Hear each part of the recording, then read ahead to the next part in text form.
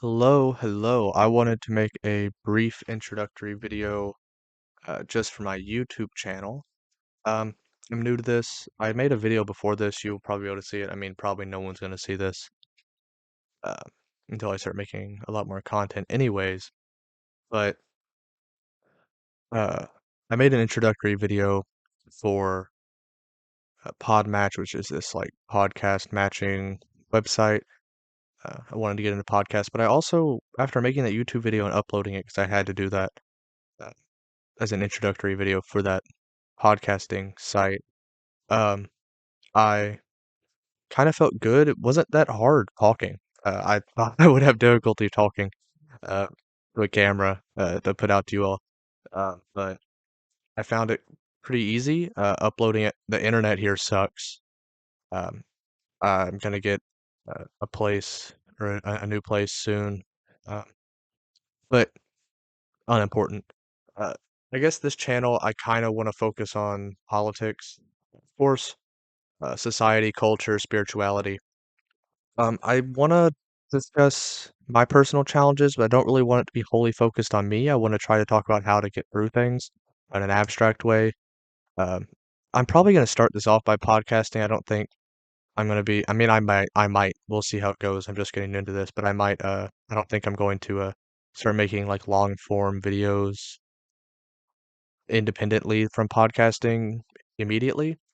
Uh, but it's something I might be interested in going forward. I think really I want to focus on current events, politics, culture, society, and I guess my journey through things, which would be talked about in podcasts, which I do intend to upload to this channel. If things take off, I may have to like make a channel for talking about politics and one about podcasts, or I could have like a I'm blanking on what it's called on YouTube right now, a playlist. I might have a playlist of like the politics and separate videos, spirituality, and I might have one of podcasts. Um, but yeah, I just wanted to make an introductory video. I'm Pan Zeitgeist, by the way.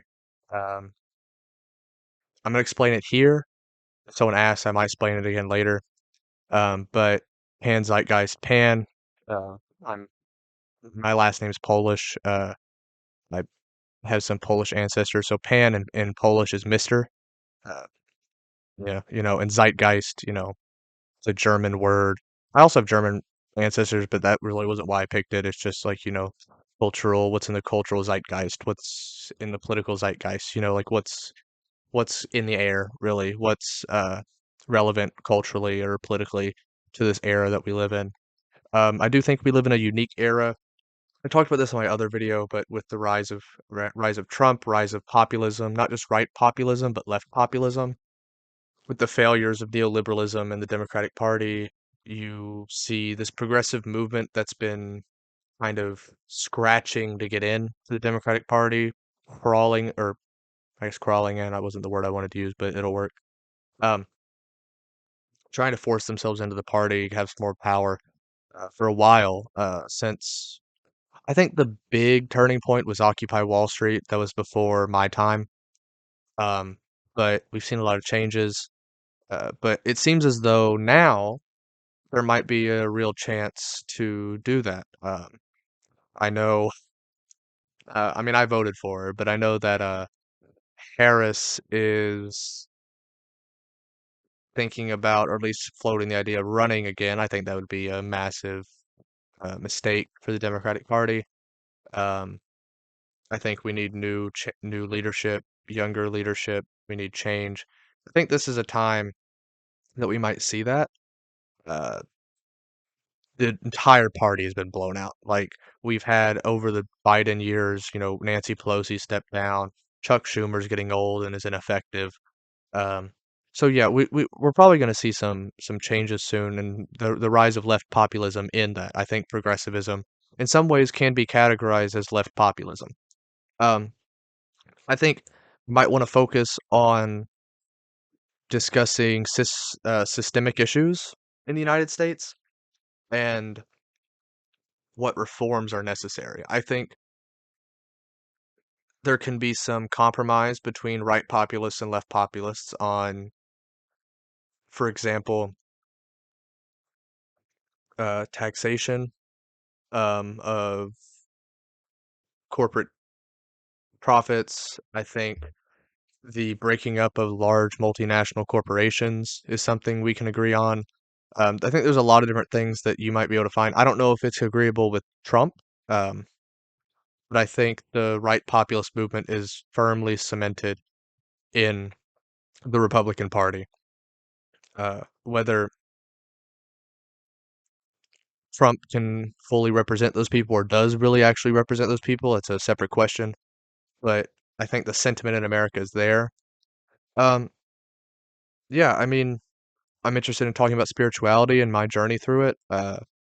Briefly, I mean, I was baptized uh, at First Christian Church. It's a Protestant church in the United States, and I don't remember if it was in elementary school or if it was like sixth grade or something. But I did that. Uh, I actually went through many years of my life until about a year, or a little bit over a year ago. I was a firm atheist. I mean, I would kind of say I'm an atheist, but I don't know, so really it's an agnostic and yada yada yada. But you know, I I have my own views on spirituality and God that I don't think aligns with organized religion. I think that's really why I left organized religion and called myself an atheist, was that I just didn't really not just understand, because I guess I understand, but I didn't really agree with the ways in which they taught those texts. I think a lot of the world's religions and a lot of the world's texts are really there's little disagreement between them. There's little disagreement between the Quran and the Bible and the Torah and the Bhagavad Gita. If I'm thinking I'm saying it right, I haven't really prepped for this. I just turned on the camera. Um, uh, Buddhist texts, Confucianist texts, Shinto texts. I mean, a lot of these, and even like some tribal religions and like Native American spiritual beliefs. There's differences, but really, I think core messages are the same. And really, I think that those messages come through humans, right? And humans are fallible. They're fallible. I don't know. Not prepared again. But humans don't really always interpret things the best, right? You play a game of telephone, and you know, by the end of it, it's something totally different. So I think really we all have our own internal moral compass, right? So when you read something in the Quran or you read something in the Bible, and it says something about, in promotion of slavery or in promotion of um, polygamy or in promotion of, different types of things that, all of it, I think most people to their core would disagree with and say that's wrong. I think that really that is due to the human error, right? Humans writing that down and it just not really being interpreted correctly. Uh, but I do think that, figures like Jesus, like the Buddha, like Muhammad, like Moses, different people, um, they are all mm, prophets, for no other better term, or for, they're all spreading a divine message. They're all trying to help us.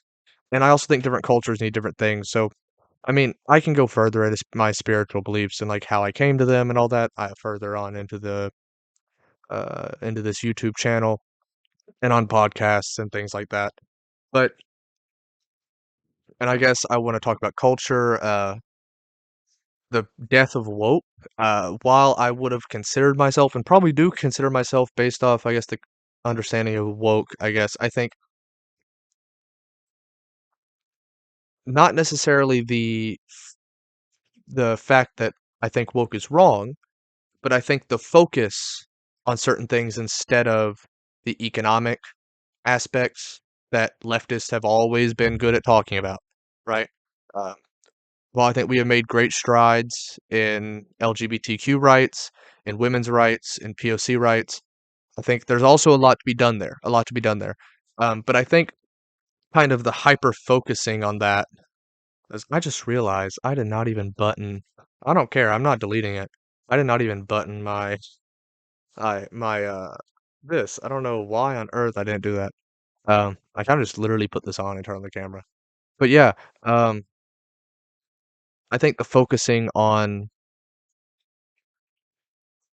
those things and not focusing on the economic aspects, which is what really would change the lives for POC, would like really, if we really invested into inner cities, if we really invested into education, if we really taxed, you know, the wealthy their fair share, if we really um, changed how the education system is funded. Why is it funded via uh, property taxes? So poor communities pay less in property taxes because their property is worth less, and then they get less money for schooling. Is that fair? Should we have a federal system in the Department of Education, which needs to be reformed and completely revamped, but should we provide equal funding based off each student in the United States? Not determinative of, or not determined by the property value, you know? Like, should we restructure our tax system? Should we look at where our spending is going? Should we have healthcare that works? Should we maybe combine Medicare and Medicaid into one program? Should we just have one simplified, easy program? I mean, there's a lot of things that we should focus on, which all of these aspects would help POC, and you can have more heavily investment in the communities that are worse off. That that includes POC communities as well as poor, rural, predominantly white communities, which have like in Appalachia. I'm from Kentucky, and Appalachia is the poorest region in the United States. Should we invest there as well? I mean, I think so. I think the United States should. We need massive change. But there's a lot of different things I would love to discuss, love to talk about. I think I could be a voice for good. I think I have a lot of interesting uh, experiences, a lot of traumatic experiences with family, dealing with narcissists in relationships, people, trying to hurt you. Uh, then you didn't even know they were lying when you were with them, or things like that. Like dealing with personal struggles. I don't really want to get into all that. It's a whole ordeal. But at least in this video. But yeah, so I've dealt with a lot, gone through a lot. I think. And also, this probably won't be my setup. I mean, maybe this might be my setup for like if I post updates or things like that on YouTube. I mean, I want to get somewhere new, so it won't even be in here anyways. But I have another room. It's better, I think, better Wi-Fi, so I can stream better. Because this is just being recorded on my uh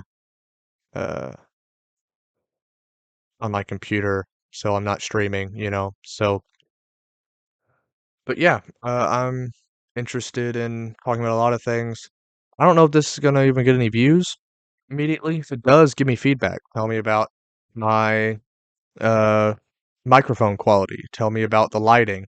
I know you can see the ring light in my glasses. I'm trying to think about this my second video. So, um, tell me if you like. I The big light makes it washes me out. I look really pale, and I don't look that pale in real life, so I didn't want to do that. Um, yeah, I mean that's about it. I guess I'll see you next time. Bye.